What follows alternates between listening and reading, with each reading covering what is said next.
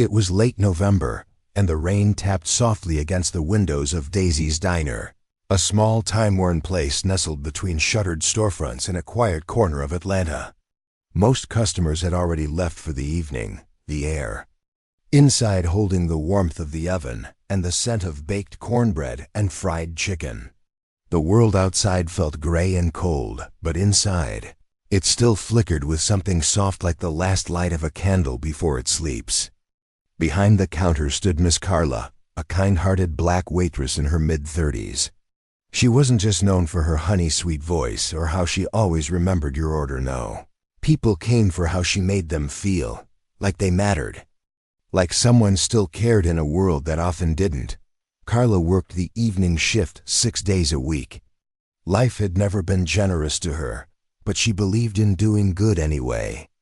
Every day, she packed a little extra food into takeout boxes, just in case someone came in hungry without a dollar to their name. Her boss often frowned, but Carla just smiled and said, "God's keeping count. That's good enough for me." That night, as the storm outside thickened and the last customer stepped into the mist, Carla began wiping down the tables, humming a soft gospel tune. That's when she noticed them. 2 children stood just outside the door, barely visible through the fogged-up glass. A girl, maybe 9 or 10, holding the hand of a younger boy who looked no older than 6. Their clothes were soaked, their shoes barely held together, and their eyes were the kind of tired no child should ever wear. Carla opened the door without hesitation. "Hey there, babies," she said softly. "Y'all okay?" The girl nodded, but tears betrayed her bravery. "We were just looking. It smells nice." Carla glanced down the street. No adults. No umbrella, just darkness and rain. She held the door wider. "Well, come on in. You'll catch your death out there." They hesitated, but the warmth was too tempting. She guided them inside and sat them at the coziest booth near the heater. "What's your names?" "I'm Nia," the girl whispered. "This is my brother Eli. You eatin' today, Nia?" Nia shook her head. Carla's heart cracked. "I'm gonna fix you up a hot plate. You don't worry about nothing." Carla loaded up 2 generous plates, fried chicken, mashed potatoes, corn, and warm biscuits fresh out of the oven. She even added 2 slices of pie and poured warm cocoa into little mugs, whipped cream and all. She sat with them as they ate, watching Eli laugh for the first time all night as a bit of mashed potato stuck to his nose. Nia thanked her quietly, between bites, but her eyes never stopped scanning the window as if waiting for something, or someone who wouldn't come. Carla didn't ask questions, she just stayed. And when they were full, she packed them leftovers and found 2 clean towels in the back to dry them off. She gave Nia her old raincoat and slipped $10 into her pocket. It was almost all she had for the week. "Where y'all headed?" She asked gently. "We're staying at the shelter," Nia said. "It's not far." "We walk." Carla walked them there herself. When she returned that night, soaked but smiling, she whispered a prayer in the kitchen before locking up. "Lord, keep those babies safe." And that was that. Or so she thought. Years passed. Carla never saw the children again. Life carried on hard, but steady. She never married, never left the diner. Her knees began to ache, and her hands didn't move like they used to, but her heart remained wide open. She fed the lonely, the tired, the forgotten. People said she was too soft, but Carla knew better. The world didn't need more hardness, it needed kindness. 15 years later, Carla was still living in the same small house on Baker Street. The neighborhood had changed, more fences, fewer familiar faces.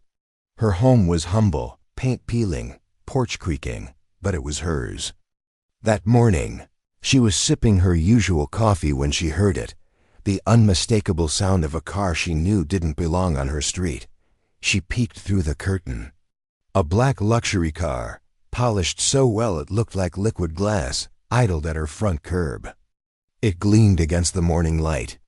Before she could open the door, a man in a crisp navy suit stepped out. He was tall, confident, and smiling. Carla opened the door, confused but curious. "Miss Carla?" he asked gently. "Yes?" He stepped closer. "You might not remember me, but I remember you." She stared at him. "I'm Eli. My sister Nia and I. We came to your diner one night. We were cold, hungry. You fed us.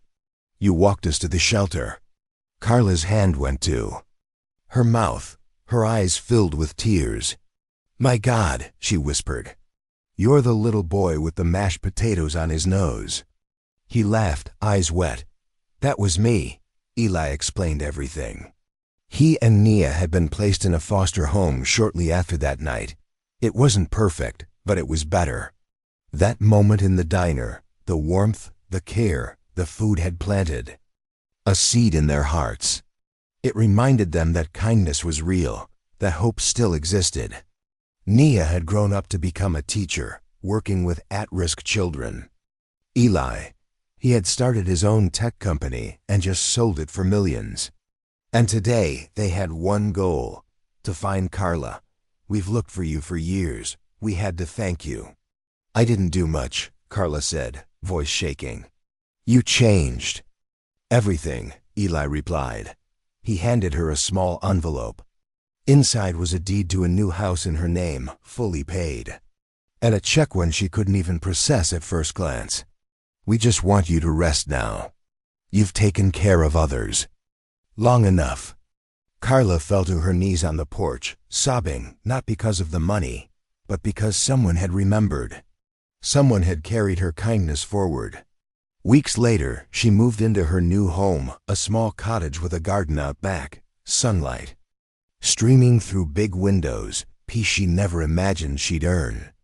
Nia visited often, and Eli called every week. They weren't just grateful, they were family. And every Thanksgiving, like clockwork, they gathered at Carla's new home, cooking together in a kitchen filled with laughter, love, and pie. Carla's story reminded everyone around her of one profound truth: you may not always see the fruit of your kindness right away, but one warm meal, one gentle act, can echo through time and return when you least expect it, in ways more beautiful than you ever imagined.